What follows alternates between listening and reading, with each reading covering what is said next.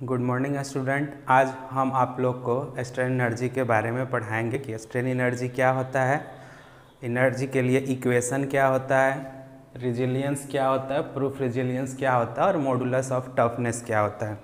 तो सबसे हम लोग पहले देखते हैं कि स्ट्रेन एनर्जी क्या होता है। स्ट्रेन एनर्जी हम लोग का जो होता है, अगर किसी बॉडी को हम लोग इलास्टिक लिमिट के विदिन उसको अगर हम लोग लोड देंगे तो उसमें कुछ वर्क डन होगा। जो वर्क डन होगा वो इंटरनल एनर्जी के फॉर्म में उस बॉडी में स्टोर्ड हो जाएगा। उस स्टोर्ड एनर्जी को ही हम लोग स्ट्रेन एनर्जी बोलते हैं। अगर हम लोग का डिफॉर्मेशन हो रहा है किसी बॉडी में, इलास्टिक बॉडी में, हम बात कर रहे हैं किसका, इलास्टिक बॉडी का, अगर उसमें इलास्टिक बॉडी है, हम लोग का इलास्टिक बॉडी में डिफॉर्मेशन हो रहा है, तो अगर हम लोग को लोड रिमूव कर लेंगे तो बॉडी हम लोग का ओरिजिनल शेप में आ जाएगा।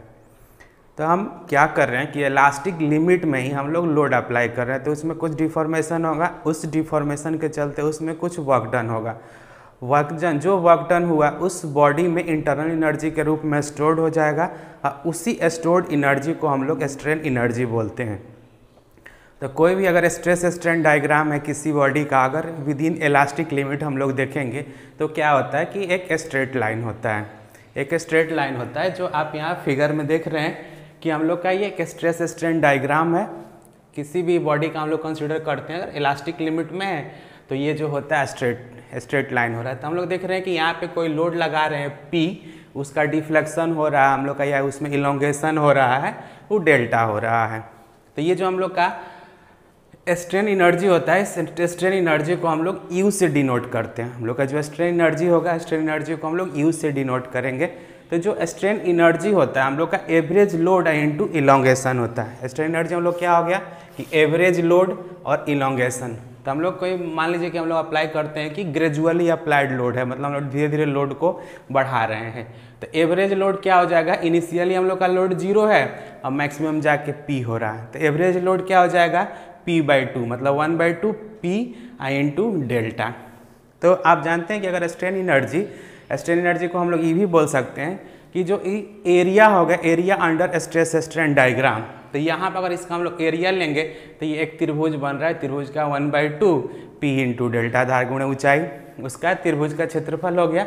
लेकिन हम लोग का जो स्ट्रेन एनर्जी है जिसको हम लोग U से डिनोट करते हैं, वो स्ट्रेन एनर्जी हम लोग का हो गया एवरेज लोड इंटू इलोंगेशन। तो 1/2 P इंटू डेल्टा, डेल्टा हम लोग का क्या है, इलोंगेशन है, P हम लोग का लोड है। तो 1/2। अब देखिए लोड को हम लोग स्ट्रेस इंटू एरिया लिख सकते हैं, और ये जानते हैं आप डेल्टा। तो स्ट्रेन हम लोग का क्या होता है कि चेंज इन लेंथ बटा ओरिजिनल लेंथ। तो हम लोग क्या हो गया कि हम लोग का स्ट्रेन था, हम लोग आपको स्ट्रेन बनाए थे, तो स्ट्रेन बराबर होता है हम लोग को डेल्टा बाई एल। तो अगर हम लोग डेल्टा का बात करेंगे तो स्ट्रेन इंटू उसका ओरिजिनल लेंथ लिख सकते हैं, तो E इंटू एल लिख लिए। अब यहाँ से देखें हम लोग 1/2 सिग्मा उसका स्ट्रेस हो गया और ये स्ट्रेन हो गया, और यहाँ से A और L, A इंटू एल हो गया। तो हम लोग देख रहे हैं कि 1/2 सिग्मा हम लोग क्या हो गया, स्ट्रेस हो गया। हम लोग ये जो सिग्मा था, सिग्मा हम लोग का स्ट्रेस हो गया, E स्ट्रेन हो गया, और A इंटू एल हम लोग का वॉल्यूम हो गया। तो स्ट्रेन एनर्जी को हम लोग बोल सकते हैं कि स्ट्रेन एनर्जी हम लोग किसी बॉडी का जो होगा 1/2 stress into strain into volume, stress into strain into volume. अब देखिए इसको थोड़ा सा हम लोग और सिंप्लीफाई करते हैं। तो 1/2 स्ट्रेस रहने दिए, स्ट्रेन को हम लोग स्ट्रेस बटा यंग मॉडुलस लिख सकते हैं, sigma by E into volume. तो यहाँ से हम लोग देख रहे हैं क्या आ गया है, स्ट्रेन एनर्जी का value sigma square E by 2 into volume. ये भी स्ट्रेन एनर्जी का फॉर्मूला हो गया, ये भी स्ट्रेन एनर्जी का फॉर्मूला हो गया। थोड़ा इस फार्मूला को और हम लोग रिड्यूस करते हैं, तो इस फार्मूला को और रिड्यूस करेंगे तो हम लोग जो स्ट्रेस है इसको लोड अपॉन एरिया लिख सकते हैं। तो यहाँ पर देख रहे हैं कि हम लोग P/A इसको लिख सकते हैं स्ट्रेस को। तो स्ट्रेस को P/A लिखें तो आप जानते हैं कि स्ट्रेस को हम लोग P/A लिख सकते हैं, यहाँ पे स्क्वायर है तो ये हो जाएगा P square A square, 1/2 E बचा, यहाँ से हम लोग का वॉल्यूम है, तो वॉल्यूम हम लोग क्या हो गया A इंटू एल। तो हम लोग यहाँ से देख रहे हैं कि जो स्ट्रेन एनर्जी के लिए हम लोग का जो इक्वेशन आ गया, ये आ गया P स्क्वायर L/2AE। यहाँ से देख रहे हैं P स्क्वायर, एक A से A कैंसिल हो जाएगा, तो P square L divided 2AE बच जाएगा। तो हम लोग का स्ट्रेन एनर्जी का वैल्यू इतना आ गया। तो हम लोग देख रहे हैं कि डिफरेंट फॉर्म में अगर हम लोग का कोई ग्रेजुअली अप्लाइड लोड P लग रहा है और उसमें इलोंगेशन हो रहा है, तो उसके चलते हम लोग का स्ट्रेन एनर्जी का वैल्यू निकाल सकते हैं। तो स्ट्रेन एनर्जी का आप बोल सकते हैं कि ये भी फॉर्मूला होगा कि P into delta 1/2 P into delta, या उसको हम लोग 1/2 stress into strain into volume लिख सकते हैं, या इसको sigma square by 2 into volume लिख सकते हैं। स्ट्रेन एनर्जी को हम लोग P²L/2A लिख भी सकते हैं। तो ये था हम लोग का स्ट्रेन एनर्जी किसके लिए, कि जब हम लोग ग्रेजुअली अप्लाइड लोड लगा रहे हैं तब। इसमें और भी होता है, आगे हम लोग देखेंगे। इसके बाद हम लोग इसमें पढ़ना है रेजिलियंस। ये आप देख रहे हैं रेजिलियंस। रेजिलियंस क्या होता है कि strain energy per unit volume, जो हम लोग का स्ट्रेन एनर्जी है, अगर strain energy per unit volume हम लोग ले रहे हैं तो strain energy per unit volume को हम लोग रेजिलियंस बोलते हैं। तो strain energy per unit volume क्या है, देखिए स्ट्रेन एनर्जी ये वाला था, पर यूनिट वॉल्यूम करें तो वॉल्यूम कैंसिल हो जाएगा, तो हम लोग क्या बचेगा σ²/2E। तो यहाँ से हम लोग का क्या हो गया कि जो हम लोग का रेजिलियंस हो गया strain energy per unit volume हो गया σ²/2E। स्ट्रेन एनर्जी को हम लोग ये बोल सकते हैं कि strain energy stored under elastic limit. अगर देख रहे हैं कि अगर हम लोग का यहाँ इलास्टिक लिमिट था, अगर इलास्टिक लिमिट के अंडर, मतलब इलास्टिक लिमिट के अंदर ही अगर स्ट्रेन एनर्जी है तो उस स्ट्रेन एनर्जी को हम लोग रेजिलियंस बोल सकते हैं। अगर हम लोग इसका area under stress strain diagram under elastic limit हम लोग करेंगे तो हम लोग का रेजिलियंस दे देगा। तो हम लोग का रेजिलियंस क्या हो गया कि strain energy stored under elastic limit. अगर इलास्टिक लिमिट के अंदर जो स्टोर्ड एनर्जी है उस स्टोर्ड एनर्जी को हम लोग रेजिलियंस बोलेंगे। दूसरा देख रहे हैं कि हम लोग का प्रूफ रेजिलियंस क्या होता है।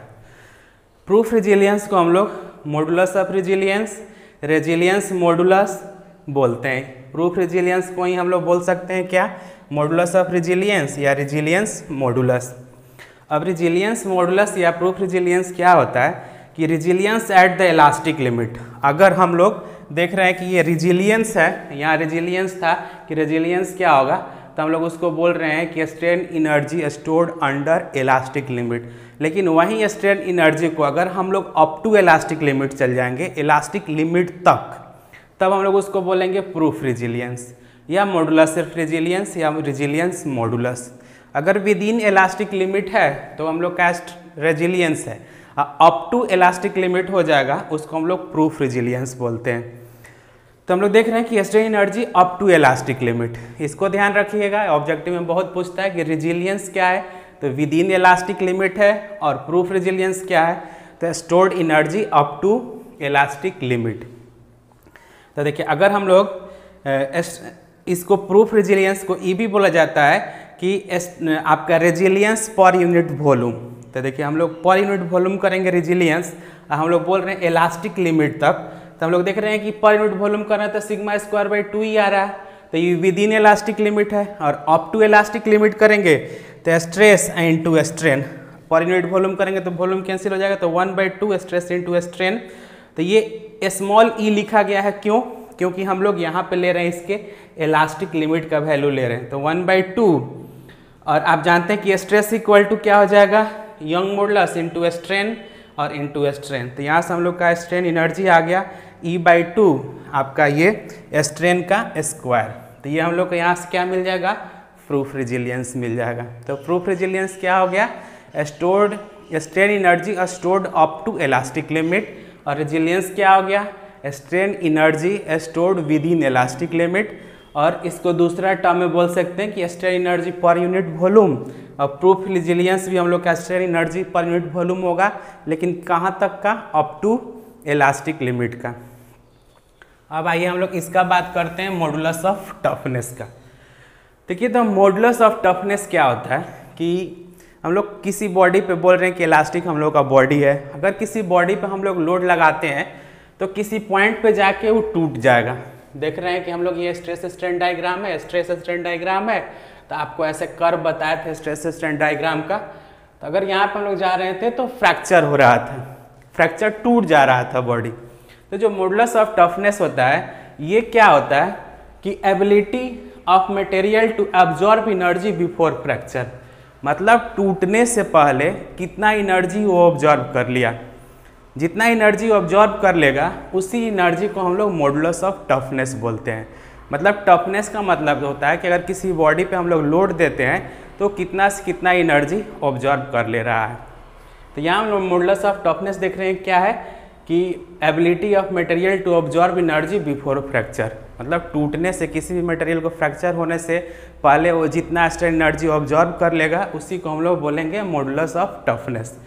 तो मॉडुलस ऑफ टफनेस को हम लोग इसको मतलब डिराइव कर सकते हैं, लिख सकते हैं। इसका फॉर्मूला होता है टफनेस बटा वॉल्यूम, कि टफनेस बटा वॉल्यूम को ही हम लोग मॉडुलस ऑफ टफनेस बोलते हैं।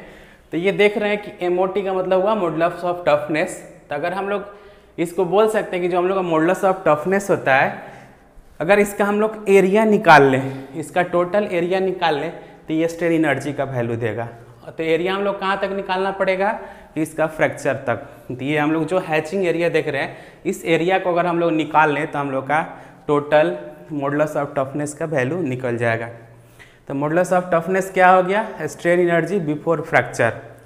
और देखिए मॉडुलस ऑफ टफनेस टफनेस बटा वॉल्यूम होता है। देखिए ये जो मतलब टफनेस का बात किया जाता है कि किस तरह का मटेरियल में हम लोग का टफनेस रिक्वायर्ड होगा। तो जहाँ पे हम लोग का साइक्लिक या शॉक लोडिंग का कंडीशन है, मतलब साइक्लिक लोडिंग हो रहा है, जैसे शाफ्ट है तो शाफ्ट में हम लोग साइक्लिक लोडिंग है, या शॉक लोडिंग है मतलब एकाएक लोड पड़ रहा है, तो उस कंडीशन में हम लोग को ऐसा मटेरियल चाहिए जिसका टफनेस ज़्यादा हो। कोई भी डक्टाइल मटेरियल होगा तो डक्टाइल मटेरियल का टफनेस ब्रिटल मटेरियल के रिस्पेक्ट में ज़्यादा होता है। Ductile material have higher toughness than brittle material.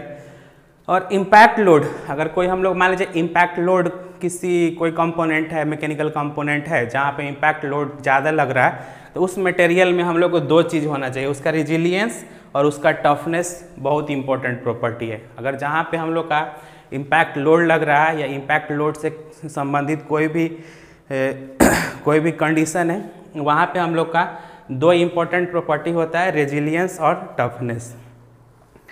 तो अगर मान लीजिए कि जो अगर कोई मटेरियल हम लोग का मोर रेजिलियंट है, तो यहाँ लास्ट में आप देख रहे हैं कि resilience material having high yield strength low modulus of elasticity. अगर कोई हम लोग का बोलते हैं कि ये मटेरियल हम लोग का रेजिलियंट है, इसका मतलब होता है कि उसका यील्ड स्ट्रेंथ बहुत ज़्यादा है और उसका जो इलास्टिसिटी है, मॉडुलस ऑफ इलास्टिसिटी है, वो बहुत कम होता है। तो इस तरह का मटेरियल हम लोग यूज करते हैं कहाँ पे, स्प्रिंग एप्लीकेशन में। जैसे कि आप देखते हैं कि जो आपका घड़ी है, डायल वाला घड़ी है, जिसमें आप पहले चाबी से हम लोग की रहता था, चाबी से चलाते थे, तो वहाँ हम लोग एक बार चाबी दे देते थे तो आपका 24 घंटा या जितना मैक्सिमम नंबर ऑफ हावर्स चलता था। क्यों हावर्स चलता था कि जब उसको हम लोग रोटेट कर देते थे तो क्या होता था, उसमें एनर्जी स्टोर्ड हो जाता था। वो एनर्जी कौन सा एनर्जी था, वही हम लोग का स्ट्रेन एनर्जी था। उस एनर्जी के चलते आपका जो घड़ी था वो चलते रहता था। तो आज हम लोग देखें कि स्ट्रेन एनर्जी क्या है। तो स्ट्रेन एनर्जी हम लोग का क्या है, अगर हम लोग किसी इलास्टिक लिमिट में किसी बॉडी पे लोड देंगे तो उसमें डिफॉर्मेशन होगा, उस डिफॉर्मेशन से चलते उसमें वर्क डन होगा, वो जो वर्क डन होगा उस बॉडी में इंटरनल एनर्जी के रूप में स्टोर्ड हो जाएगा और उसी इंटरनल एनर्जी को हम लोग बोलते हैं स्ट्रेन एनर्जी। तो हम लोग स्ट्रेन एनर्जी अगर ग्रेजुअली अप्लाइड लोड के लिए ले रहे हैं तो P इंटू डेल्टा होता है। तो स्ट्रेन एनर्जी हम लोग का एवरेज लोड इंटू इलांगेशन हो गया। एवरेज लोड हम लोग का P/2 इंटू डेल्टा होगा। इसको हम लोग डिराइव किए तो डिफरेंट कंडीशन आ गया।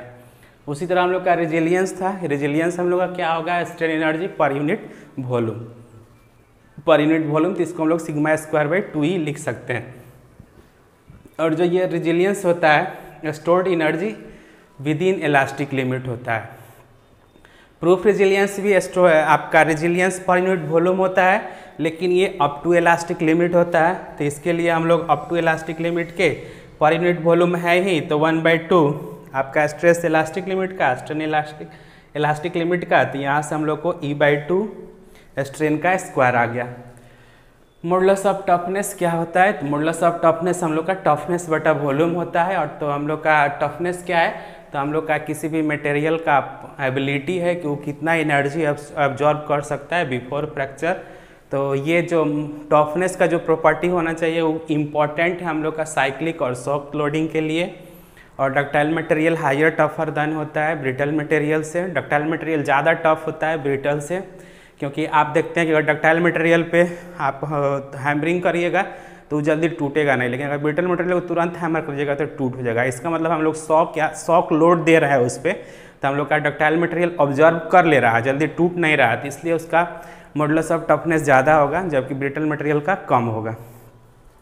किसी भी इम्पैक्ट लोड के लिए हम लोग दो इंपॉर्टेंट प्रॉपर्टी होता है, रेजिलियंस एंड टफनेस। और कोई भी अगर मटेरियल बोल रहे हैं कि हम रेजिलियंट है, इसका मतलब होता है कि उसका यील्ड स्ट्रेंथ हाई है और मॉडुलस ऑफ इलास्टिसिटी कम है। तो इस तरह का मटेरियल का हम लोग एप्लीकेशन कहाँ करते हैं, तो स्प्रिंग एप्लीकेशन में। अगर कहीं भी हम लोग स्प्रिंग लगा रहे हैं, इसका मतलब कि वहाँ पे स्ट्रेन एनर्जी हम लोग का स्टोर्ड हो रहा है, और उस स्ट्रेन एनर्जी स्टोर्ड हो रहा है, इसका मतलब कि उस मटेरियल का स्प्रिंग का यील्ड स्ट्रेंथ ज़्यादा है और मॉडुलस ऑफ इलास्टिसिटी कम है।